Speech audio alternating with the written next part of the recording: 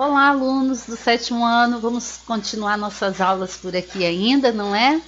E agora para a correção da pesquisa que vocês fizeram, que inclusive já está, a fonte dessa pesquisa está na própria apostila de vocês.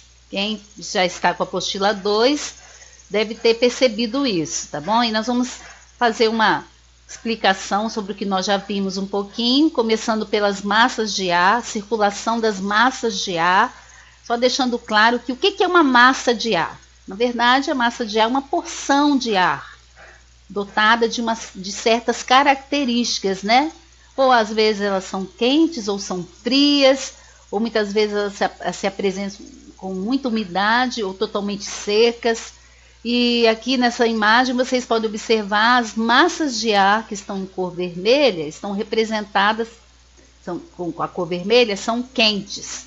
E as massas de ar azul que aparecem aqui, elas são frias. E nós vimos desde a aula passada que no verão, as massas de ar, elas atuam de forma diferenciada em relação ao inverno, né?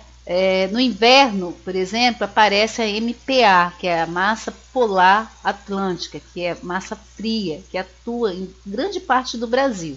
No verão, as que ficam em mais evidência são a MSC, que é massa equatorial continental, a MEA, que é massa equatorial atlântica, e MTA, que é a massa tropical atlântica. Elas atuam grandemente, com grande influência no Brasil. E de forma bem menor, uma área de influência bem pequena no verão, a MTC, que é massa tropical continental, que é uma massa fria, ela atua apenas na região sul do Brasil no verão e um pouco na região centro-oeste. Então, é o básico que eu quero que vocês entendam, que uma massa de ar é uma porção de ar. Você não vê uma massa de ar passando sobre sua cabeça, né? Mas você percebe, é perceptível através de pesquisas como, por exemplo, a meteorologia, as previsões do tempo, e conseguem detectar a chegada de massas de ar através da temperatura, do estado atmosférico, né? Nós vamos então avançar. Vimos também sobre os rios voadores, que também são massas de ar, tá? Só que a gente usa essa expressão, rios voadores, porque elas se locomovem. E aí no mapa vocês conseguem perceber que elas são impedidas, inclusive, pelo relevo. O relevo, gente, ele tem uma grande influência nos climas. As massas de ar, por que estudar massa de ar, professora? Porque massa de ar tem tudo a ver com clima. Elas que ocasionam os climas, elas são fatores do clima, que influenciam a existência dos climas na Terra. Tá? Não é só aqui no Brasil, em vários lugares tem massas de ar. Como também o relevo. O relevo ele serve muitas vezes de paredão. Eles impedem a passagem das massas de ar. Ou quando às vezes elas ultrapassam o relevo, elas já chegam com outra característica do outro lado do relevo, ok? Ocasionando chuvas e muitas vezes até grande tempo de estiagem ou falta de chuvas mesmo. O relevo também influencia, tá bom? Outra coisa que influencia muito os climas na Terra são as chamadas latitudes e zonas térmicas da Terra. O que são as latitudes? Não é? Vocês já aprenderam isso lá no sexto ano, que é a distância em grau que um lugar tem em relação à linha do Equador, não é?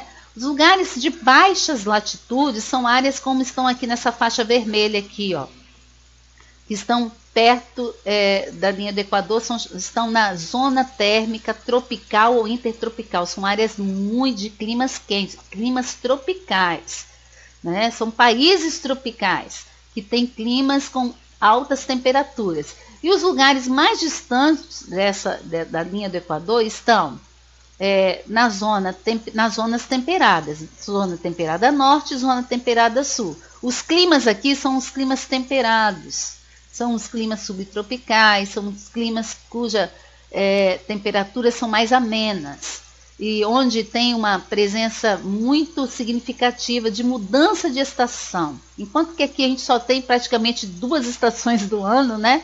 O verão e o inverno, que ainda é um inverno meio parecido com o verão. Nesses lugares onde tem a zona temperadas, são áreas que as estações são bem perceptíveis. Quando é verão, é verão, de esquentar bastante. Quando é inverno, esfria muito. E é perceptível tanto a primavera quanto o outono.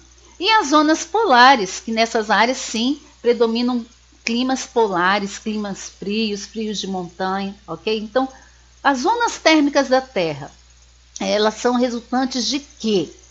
Da incidência solar no globo, ok?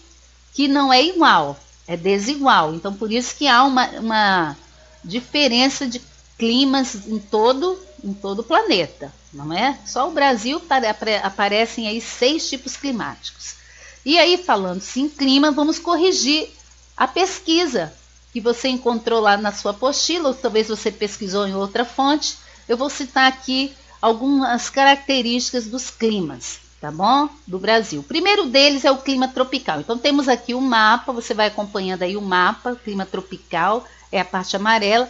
O clima tropical, ele apresenta-se em grande parte do Brasil, e ele é influenciado principalmente pela massa tropical atlântica e equatorial continental.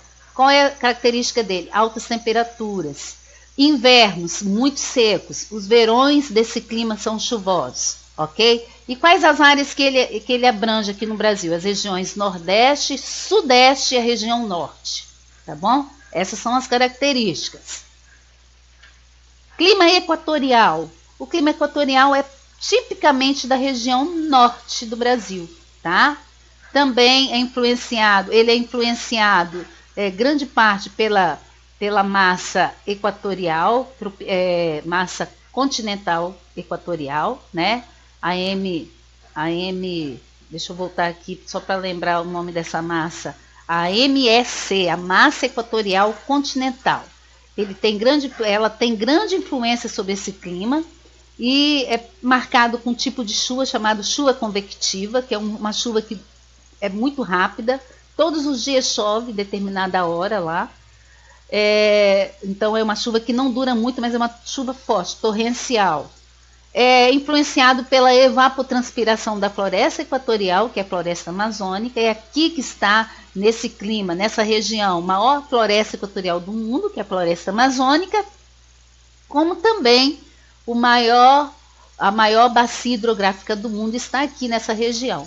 Então, essa evaporação toda da floresta, dos rios, gera muita umidade, fazendo com que esse clima tenha uma característica de umidade e também uma característica além de altas temperaturas, tá bom? Altas temperaturas, muito altas temperaturas. Clima litorâneo úmido. Pelo mapa já dá para se ver. Está no litoral. Litorâneo úmido. Ele é típico da região Nordeste e Sudeste. Ele vem de Rio Grande do Norte até a região Sudeste ali, São Paulo mais ou menos, tá bom? Recebe a influência da massa de ar tropical atlântica, tá bom? Lógico, está no litoral, próximo ao Oceano Atlântico, recebe essa influência. Seus invernos são menos chuvosos e os verões mais chuvosos, ok? Clima tropical semiárido. Esse clima é tipicamente da região Nordeste. Olha só, essa mancha verde clara aqui, ó. Qual é a principal característica desse clima? Escassez de chuva, tá? Uma grande estiagem. Tem áreas que não chovem há muito tempo lá. Tem baixa pluviosidade, tá bom? E é aqui que reside, aqui que está exatamente o chamado sertão nordestino. Aquelas imagens de reportagens que a gente vê em gravuras ou na televisão, imagens da seca no Nordeste, está aqui, exatamente na área chamada sertão nordestino, onde está atuando o clima semiárido, cuja vegetação é caatinga, vegetação espinhosa, uma vegetação de galhos retorcidos, muito seco, tá bom? Então, o clima é semiárido. Outro clima é o subtropical úmido, que é o que está aqui embaixo em rosa, que está na região sul. Ele é típico da região sul. Ele recebe grande influência, principalmente das massas tropical atlântica e no inverno, bem rigoroso, o inverno é lá, da polar atlântica, a massa polar atlântica, atuando com muito baixas temperaturas. Baixas temperaturas tem esse clima, tá bom? Geralmente, durante o verão, é quente, mas o inverno é bastante frio, ok? Então, vamos lá. Terminando essa parte, quando eu falei lá do clima semiárido, lá no clima semiárido, tem uma área no Nordeste que é traçada pelo governo como chamado polígono das secas, que é essa faixa aqui que você observa aqui de linha vermelha, que é a área onde tem municípios com maior ocorrência de seca, de escassez de chuva. Então essa região, no caso aqui, né, é uma característica típica dessa região, tá bom?